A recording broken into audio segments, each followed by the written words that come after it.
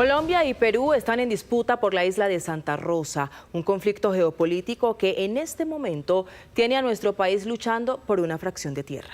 Sí, señora Stephanie, en medio de la tensión, expertos advierten que Leticia podría quedarse sin el cauce del río Amazonas por causas naturales si no se toman acciones inmediatas. La comisión bilateral para definir el futuro de la isla será el 11 y 12 de septiembre.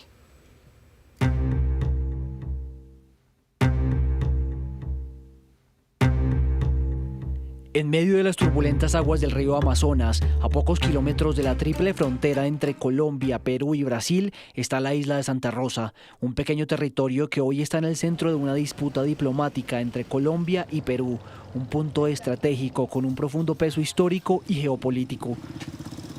La isla está ubicada frente a Leticia. Su posición es clave. Se encuentra sobre el canal principal de navegación del río Amazonas, la arteria fluvial más importante de la región, utilizada para comercio, transporte y control fronterizo. Según Perú, Santa Rosa pertenece al departamento de Loreto. Sin embargo, voces en Colombia han cuestionado la delimitación, reviviendo un debate que parecía cerrado hace más de 80 años. Colombia, de todos los países que son ribereños, países ribereños del río Amazonas, es el que tiene la franja más pequeña.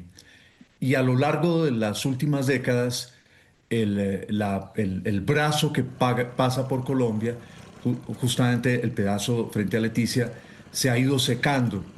Y mientras los gobiernos en Bogotá y muchas personalidades públicas en Bogotá hablaban de la Amazonía, de la biodiversidad, el río no se dragaba. El Tratado de Río de Janeiro, firmado en 1928 y ratificado en 1934, tras el conflicto conocido como la Guerra Colombo-Peruana, estableció las fronteras actuales. En ese acuerdo, Colombia recibió la soberanía sobre Leticia, mientras que Perú mantuvo el control de algunas islas, incluida Santa Rosa. La isla de la cual se separó esta isla, para decirlo de alguna forma, ¿cierto? Es un área que siempre ha estado, que siempre ha sido objeto de administración peruana. Eso, digamos, no hay conflicto sobre el ejercicio, y eso es pues, un argumento que ha hecho Perú. El río Amazonas en ese tramo quedó como línea divisoria, fijando que la soberanía se determinaría por el cauce navegable más profundo. Aquí radica la polémica. El caudal del Amazonas es dinámico y sus canales cambian con el tiempo, generando interpretaciones distintas sobre a quién corresponde cada porción de territorio. El argumento colombiano es que Perú no puede hacer eso de manera unilateral porque esa isla, en la medida en que es una nueva isla, tiene que ser asignada por una comisión bilateral, que es lo que establece el protocolo de Río de 1934. Pero el tema para Leticia es complejo porque por causas naturales su ingreso al río Amazonas podría perderse en pocos años. En virtud del cambio climático están surgiendo nuevamente nuevas islas, están desapareciendo territorios y todo esto pues genera estas dificultades. Si no se empieza un drenaje del Amazonas, Leticia dejará definitivamente de ser un puerto para siempre.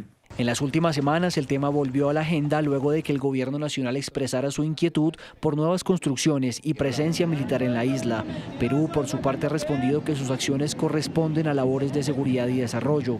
Mientras tanto, en la isla la vida continúa, con constantes movimientos de embarcaciones, intercambios comerciales y comunidades que dependen del río más que de cualquier frontera. El abandono tradicional más grande de la zona históricamente lo ha tenido Colombia. Colombia despertó a la realidad del Amazonas durante el gobierno de Olaya Herrera, cuando un dictador peruano, Sánchez Cerro, invadió Leticia para apoderarse de ese pedazo de la franja amazónica del río Amazonas en Colombia. Esa fue la única manera en que Colombia se despertó. Hoy nuevamente, fíjese, la desgracia nuestra nos vuelve a pasar lo mismo. Para Colombia, mantener un monitoreo cercano de la isla es vital, no solo por su proximidad a Leticia, sino por el control del tránsito fluvial y la prevención de actividades ilegales como el narcotráfico y el contrabando.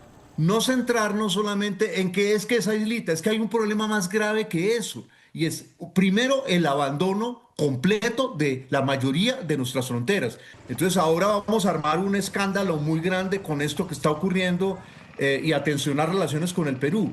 Y la segunda tarea, o la cosa más importante, además del abandono, es cuándo se va a empezar a dragar el río Amazonas, cuándo se va a empezar a recuperar su flujo, porque si no se lo recupera, Colombia se va a quedar sin buena parte de la pequeña franja del Amazonas. La historia ha demostrado que el Amazonas no solo es un río, es una frontera viva moldeada por corrientes, tratados y tensiones diplomáticas. La isla de Santa Rosa se ha convertido nuevamente en el escenario donde Colombia y Perú miden no solo sus mapas, sino también su voluntad política para mantener la calma en una zona donde las aguas a veces parecen no conocer límites.